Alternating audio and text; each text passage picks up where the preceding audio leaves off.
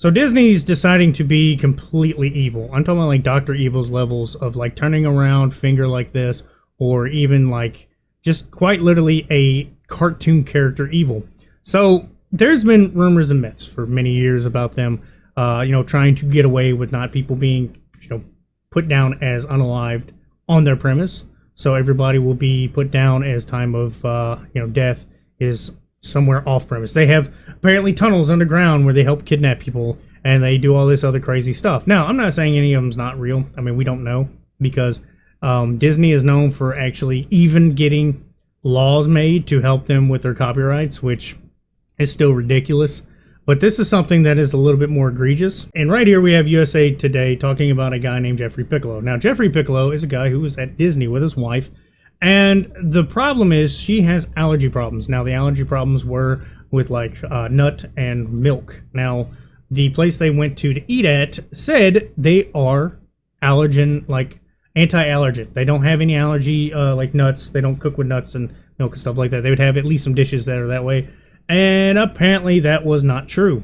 So what happened is, due to the allergy, she did pass away. In a legal filing, lawyers for Walt Disney Parks and Resorts said the matter should be referred to an outside arbitrator, because when Piccolo signed up for Disney Plus account in 2019, and when he bought tickets to Epcot on the Disney website in 2013, he agreed to arbitrate all disputes against the company. Now, that's where the terms and conditions are complete garbage. Absolute clown world.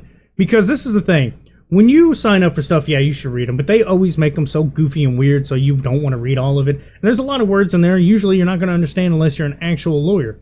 And we'll go ahead and say Sun Wukong, which I have not been able to actually look into, but Sun Wukong apparently has a little thing in it that says if you stream it, you cannot talk about feminist propaganda. Now, that's another thing. Like, if you're streaming it and you bring up anything that involves feminism, you will probably be copyright striked, which I think is very odd. Now, I think stuff like that where they just keep it hidden in the fine print is absolutely weird. And for Disney to do it is just disgusting. Now, it keeps getting worse and worse, where they're talking about, sadly, Disney could very well have a viable argument here. University of Buffalo law professor Christine Bartholomew said, the Supreme Court has time and time again treated these arbitration provisions as binding. Doesn't matter if it's in fine, teeny tiny print in the terms and conditions. So yeah, every day you're sitting there clicking on something that you don't know about. You might want to read the exact details, because they could come back to haunt you one day. Now, that's the thing that, like I said, I'm not a lawyer. I don't have a law degree, and I will never have a law degree, because I think stuff like this makes it horrible to even try to have one, because Disney's lawyers are smart. They are. They know ways to get you in your pocketbook that you wouldn't even know. Them and Nintendo both know how to strike people down quick, fast, and in a hurry. Those two are probably the biggest cease and desist givers in like the entire company world, if I had to guess. They're the ones that would make sure that you, yourself, your family, and everybody owes them money no matter what it is. The only thing that they don't like, and I'm surprised they haven't changed the laws, is for literal parodies. Now, they can't strike people for parodies, but you best believe, I bet you they have tried to get somebody to type that up somewhere, lawyer-wise, to keep people from being able to do anything. Now, I wouldn't be surprised if we're like just a few years away from Disney trying to have co-owners in like Google, and then they'll try to make it a rule that you can't do parodies on YouTube, and then all that would go downhill for anything that's involved with Google and YouTube and parodying, basically Disney characters. Now, to get back onto this, basically, they told the waiter she had severe allergies to dairy and nuts. She was unequivocally assured the food would be allergen-free, according to the lawsuit. When the orders of broccoli and corn fritters, scallops, and onion rings arrived, they did not have allergen-free flags, so Piccolo and his wife, I don't want to butcher her name, inquired again if the food was allergen-free and were told the dishes were safe for her to eat. About 45 minutes later, when shopping alone at a nearby store, she had a severe allergic reaction. She administered an EpiPen, but began having difficulty breathing and collapsed. She was taken to the hospital, where she passed. The medical examiner determined her death was a result of anaphylaxis due to elevated levels of dairy and nuts in her system. Disney restaurants have strict protocols for food allergies and are known for their attention to allergens. So it didn't even actually happen to her right then and there. It's one of those weird things where I guess it could take 45 minutes. I can't speak on allergies either because the only allergies I have is outside when it's pollen out and my nose like it's all runny and my eyes get dry and itchy. I might break out in a small bit of hives when it comes to certain pet danders. But overall, I don't have big issues like this. Now, I could only imagine what they were going through to have to deal with the fact that Disney pretty much can stranglehold the entire situation.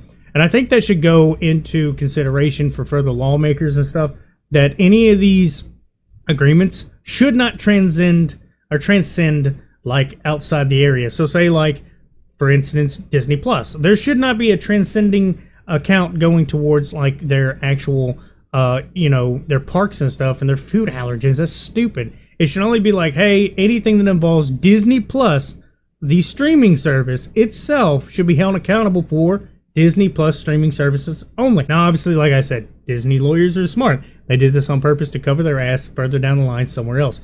It's almost like they knew stuff like this would happen, and just to go ahead and see into the future with their crystal ball of evilness, they knew exactly what they're doing, so that they could just get away with more stuff. Now, like I said, I touched on it just a little bit, but they were known for like lobbying and stuff like that to change laws to even help them with their copyrights. That's why it was so profound to have Mickey Mouse, the earlier iterations, to be open source now. And what people don't know, it is just the beginning of it, just the first like few or one, I can't remember. But any of the ones that you see now are different iterations.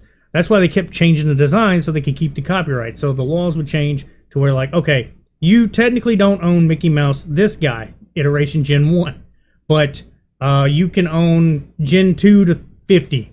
And then for every year it would drop off, Gen 2 would go into public domain, but they still own the name. So if you try to make a Mickey Mouse that would be more considerable new, it would not work. And that's actually how they've been doing it for years. And for them to get as scummy as to actually touch base on just a small agreement to a streaming service is like, it's got to be like the newest low that I've seen, just to get away from not having to deal with a lawsuit, somebody that lost a family member because of their own improper handling of food. The simplest things that they want to try to say they were just so great with, and come to find out they mismanaged and misdid everything as far as looks. The only good thing is a lot of people are trying to push to where they would change the laws that don't make, these types of little tidbits being put in just your streaming service agreements, which I would agree to that. I think, like I said, they should be different.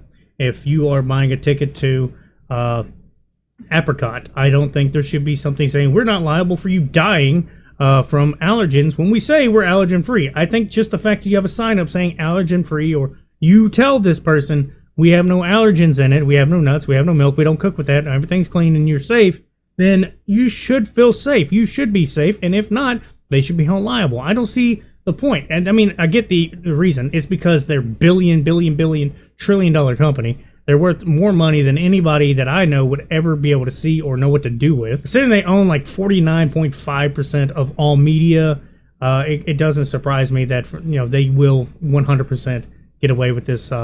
What you would see as a small little blip on their radar. But yeah, it's scummy. But that's about all I got to say. Y'all have a good one.